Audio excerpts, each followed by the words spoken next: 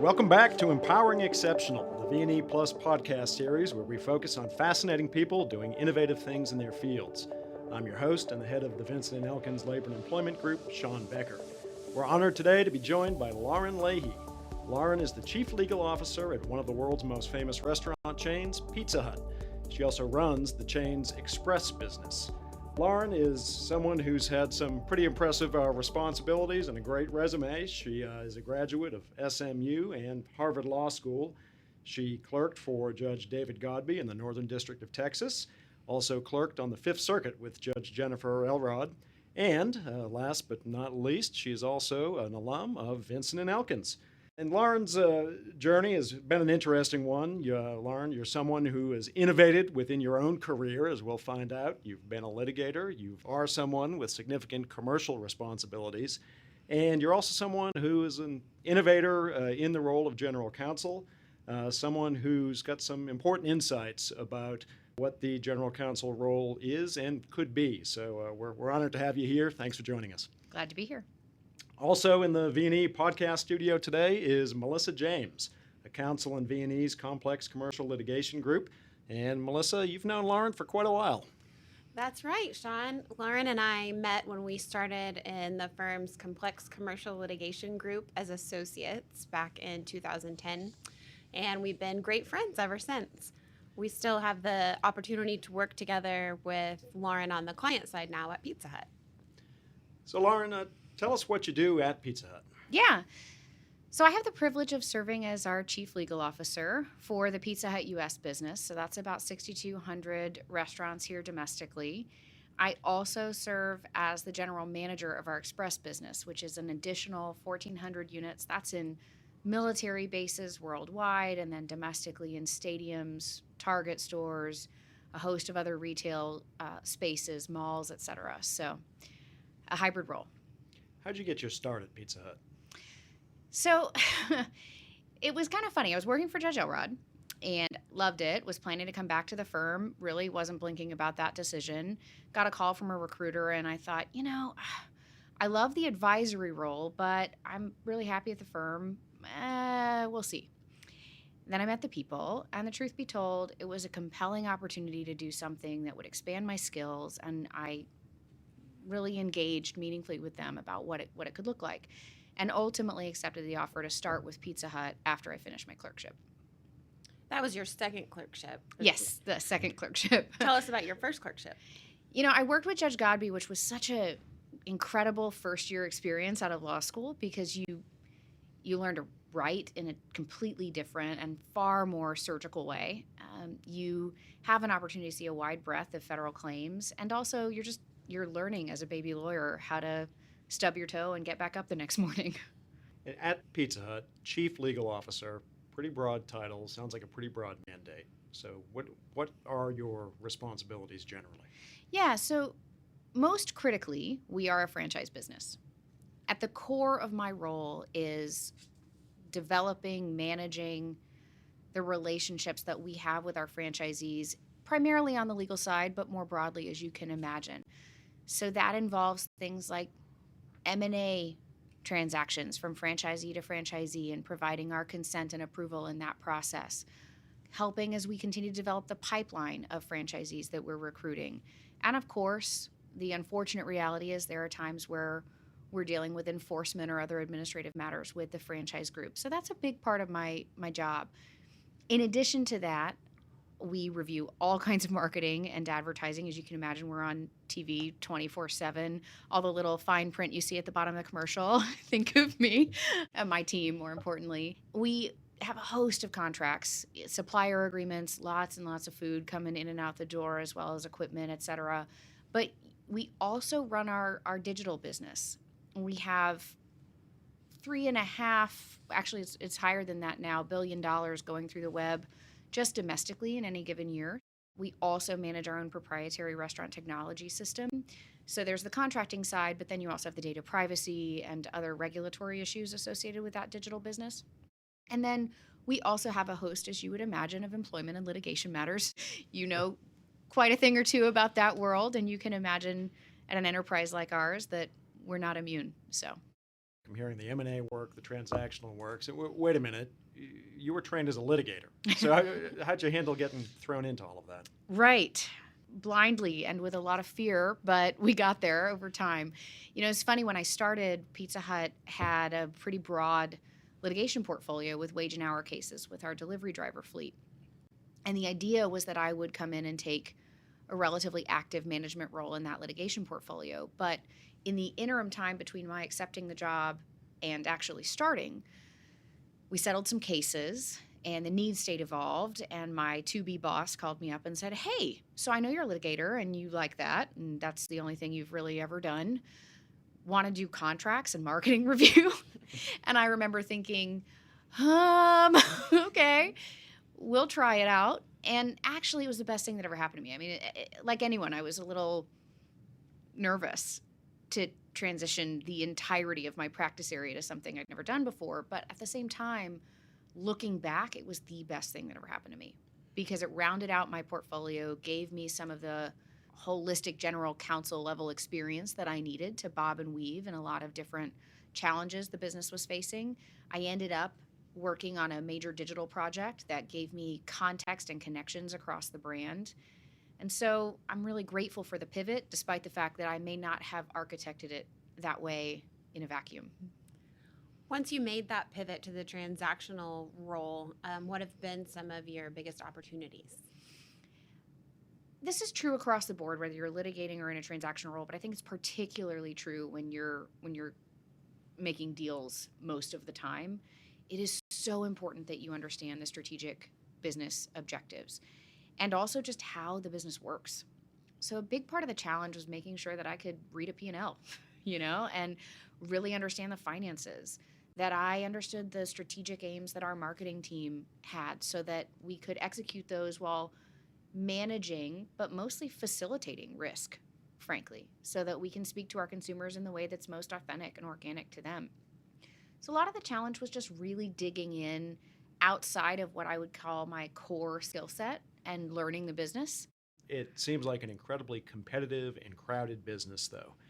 Pizza Hut certainly has a phenomenal reputation, a phenomenal brand. I mean, what have you seen that has allowed you to see how Pizza Hut differentiates itself within the business? So innovation is really important to us. It's important to us both within the product category and with the customer experience. When we think about that, Pizza Hut's known for some really interesting products, the Cheesy Bites pizza. Stuffed crust was an innovation that started at Pizza Hut. We have a great history of surprising and delighting customers with things they've never seen before. And that's in our bones. It's something we know how to do pretty well. Now, the next step, where we have spent so much time and energy, is continuing to innovate against the customer experience. So when you think about things like autonomous delivery or driverless vehicles, one of the things I'm incredibly proud of is that we have forged great partnerships. We have our own DNA as innovators, and then we do a really nice job, I think, of forging partnerships with innovators in their own rights. So whether it's T-Mobile, the NFL, and the way that they're thinking about media and kind of the NFL experience and how that's evolved. We have great partnerships with food innovators like Cinnabon, for example, and Kellogg. So our holistic slate of partnerships forces us to think differently and puts us in rooms with people who are really challenging us. And that's what I want out of law firms too, right? You find people who are extraordinary in their field, who are doing innovative work, you lock arms, and the rising tide lifts all boats, which is really what we're getting at. And on the express side specifically, we're working to navigate and leverage those partnerships to take the learnings and bring them to our licensed units as well. One of the things I'm really proud of is recently we opened on Sunset Boulevard something called the Hut and Go, which is we have now pizza cubbies where you can walk in, you'll pre-order, and you'll see your name on a digital locker or cubby. Your pizza will be waiting for you, and there's virtually no human interaction for you to pick that up and go, which is a really fun and innovative concept that Pizza Hut's proud of and thinks is an interesting platform for the future. So is there a research lab somewhere where we would actually see the next pizzas being experimented on? And You know what's the best part? is I can smell it from my office. So we have a big, beautiful R&D lab with more ovens than you could imagine, and a great product portfolio that's always churning in that R&D lab. And every once in a while, I'll get a whiff of something and go, I gotta make my way downstairs right now.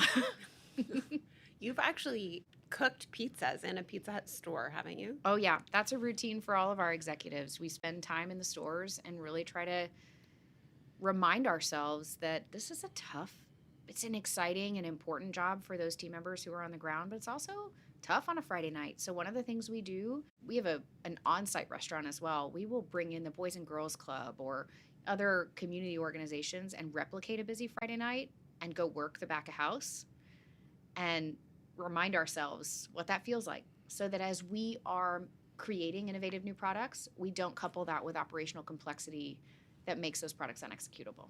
Yeah, that's amazing. Pretty important, it sounds like, for that perspective. Let's talk about Express, because we go into a stadium, we see there's the Pizza Hut store, they're ubiquitous in Target. You can't get Right. in the entrance without going by a Pizza Hut kiosk or a store. Is that a separate business unit?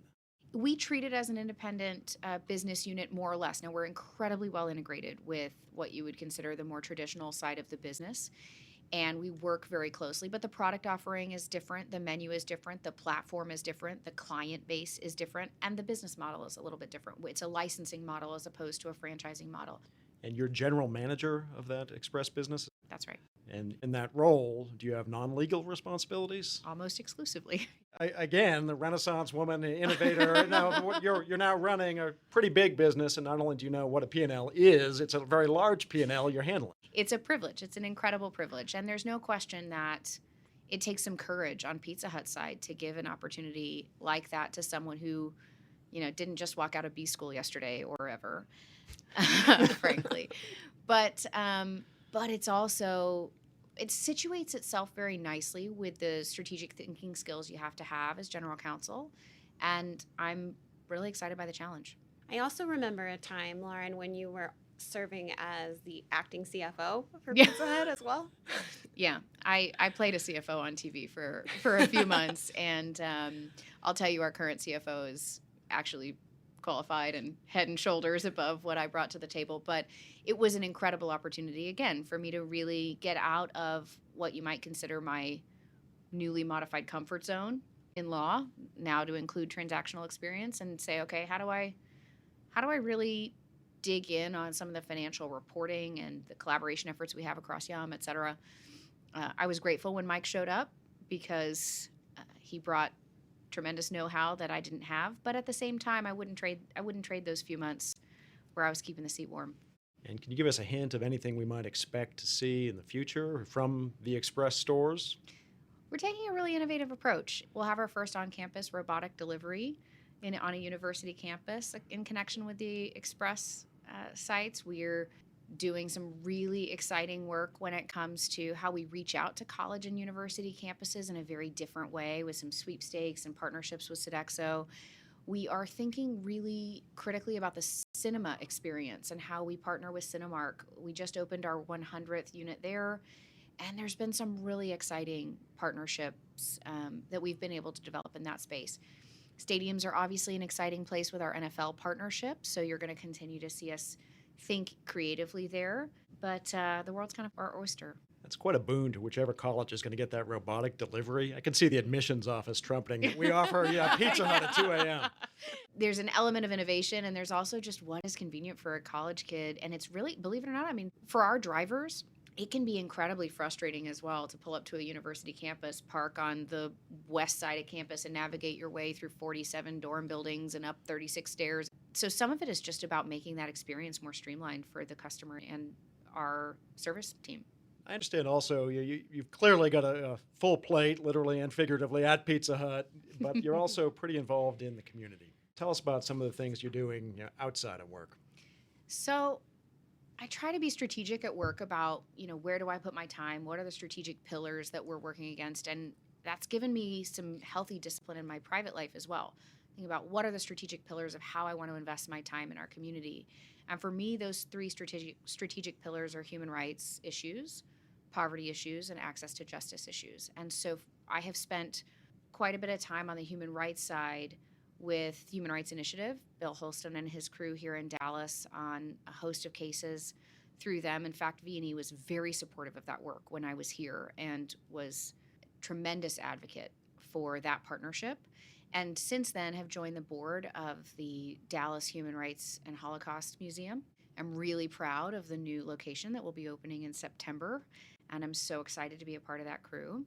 On the poverty side, John Wander, of all folks, who's just been an incredible mentor kind of throughout my journey and career, brought me in as a board member with the Vocal Alcove, which provides school and care services for kids who are homeless, and now has a multi-generational strategy to provide services for parents and the holistic family with mental health, physical health, and some broader job opportunity locating services.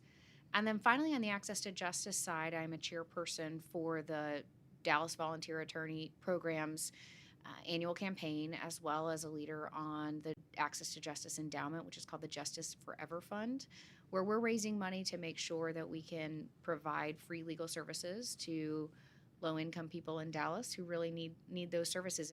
In addition to the work that you do in the community, what are you the most proud of when it comes to your career? I have the most incredible crew of people on my team of all time. I could not be prouder of the community of people that I get to spend my day with. And some of that I fell into by accident. Some predated me.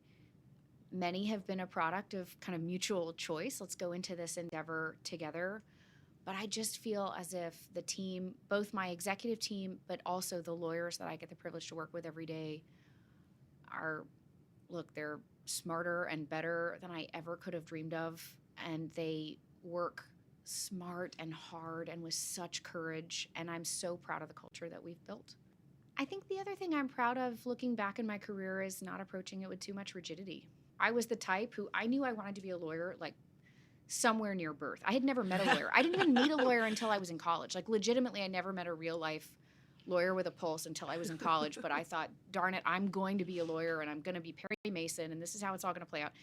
I was very process-oriented, step-by-step about what my career was going to look like. And of course, it looks nothing like what that plan really was. And I'm proud of myself for taking chances along the way because I think it's given me a much broader panoply of experience to draw from and made me a better lawyer. I've had the pleasure of getting to work with some people on your team, and I know that you so genuinely feel proud of them and feel like you all work so well together and make each other better. What advice do you have for other people to follow the path that you have in getting the right people on your team? First, I would say be picky. I know that's something V&E has developed a good, healthy reputation for. I say that knowing that I slip through the cracks, but you guys do that well and are very discerning. I think it's all about finding people who can be the most authentic versions of themselves within your walls. And that means you have to think critically about how do I create an environment and safe space where my team can really feel like they don't have to put on armor every time they come to work and elevate that experience for them. The other thing for me has been when something gets a little off track, just deal with it immediately and honestly. Take feedback upwards too, so you don't end up in a position where people are afraid to tell you what's really going on. And hopefully you get to a place where you've got a transparent, authentic, very real work environment where everyone's just working hard against the same agenda. It's pretty impressive what you've done with your internal team. There are obviously times when you get to look to Melissa and you get to look to outside counsel, but tell us, what is it you look for from outside counsel? Most of the same things I look for with my own team, right? Where is a place where they and I can be an authentic, honest version of ourselves. I don't want someone to tell me that I'm smart. I want someone to push back and to have an honest and authentic conversation about whether or not I'm analyzing an issue with the right lens and provide certainly the competence and expertise. I mean, look, there's no question that someone like V&E, you guys have competence on competence on competence. You've got an incredibly talented team of people. But then it's about how do you package that in a way that makes me think but doesn't put me on my back foot. right? How do you set me up for not just what are the tactical steps I need to take, but what's the higher order strategy that we're executing in a way that I can explain in a sentence or two to my board with a lot of confidence and knowing that I've got people in the trench with me that are going to execute against that strategy. And then, just like I look for with my internal team, there is no question that culture really matters. And that extends to the way that people treat each other when they're sitting at the table together. I don't love it when I hire a firm where the young associate at the table can't get a word in edgewise, because typically that's the person who knows the most about what's going on and probably where all due respect, Sean, but that's probably where the most kind of bang for your buck is when it comes to the work that's going on the file. How do people treat each other? What is that experience like? And are folks getting promoted and grown in ways that make sense? And there's obviously a D&I component to that, right? You're looking not just at what are the firm glossies, but what's the pipeline look like? And how is the firm investing against that in a very tangible and data-driven way? When you see some outside firms doing things right on D&I, what is it that you've seen? A lot of it comes down to culture, again, but it's also about, do you have representation and authenticity at all the meaningful levels of the firm? So young associates, mid-level associates, senior associates, partners, and your executive team. Because a lot of times it's really easy to talk to yourself and think we're doing right by this particular group of people, except that none of them are at the table to tell us whether or not that's true. And that happens in all kinds of corporate contexts. But as we're hiring firms, the firms where I see the most differentiation and that cultural change, the proof is in the pudding, in the top-down waterfall. We mentioned at the outset, you and Melissa go back quite some time. It seems like first week orientation at V&E must have been pretty effective, because here we are, it's a decade later. That's real. So tell us, it sounds like you two have been there for each other and been able to be a support system and sounding board for each other. Yeah, for sure. I mean, listen, I say this respectfully and agnostic to V&E in particular. Big law life is inherently competitive. Okay, there are more associates than there are partners. That's how it works. And it's very tempting as a young associate anywhere. I see this is true anywhere, to get some sharp elbows, because you just want to succeed. You want the hours, you want to prove that you're smart. Melissa and I looked each other in the eye very early on and said, nope, we're not going to do it. I'm going to make you look good. You make me look good. However it shakes out, sister, but we got this together. And I think that's a brave and really important thing for folks to do, because ultimately, look, we both won. It all worked out in the end. There is enough pie. It may not all look the same, and it may not completely come according to the plan that you have, but when you're loyal to each other and honest and kind, it's just a lot easier to wake up in the morning and want to come to work. And Melissa was so much of that for me. And I look back on those days and think, when you feel safe in the trench, you do better work for your clients, you're happier with the people that you work for, and you feel a lot safer. And I still have such gratitude for that time. Lauren and I were there for each other when we had our first children, which was, I think, about 3 months apart. Yeah. And you're about to embark on life of having a second child. Yeah, you got to tell me how that goes, Mel. You beat me to the punch, and now I'm walking into the chaos, so we'll see. You and I both have a commute to work a little bit, and I never appreciated anything about my commute until I had my second child. And then it started to feel like a little bit of alone time that I get, and kind of as a buffer between when I leave work and when I get home. And so now I talk to you half the time. I listen to the radio or decompress. And so that's been a helpful thing for me to have. Pretty impressive being able to balance all that you both have.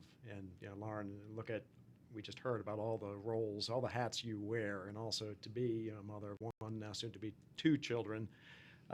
That's very impressive. And I mean, how have you been able to balance everything?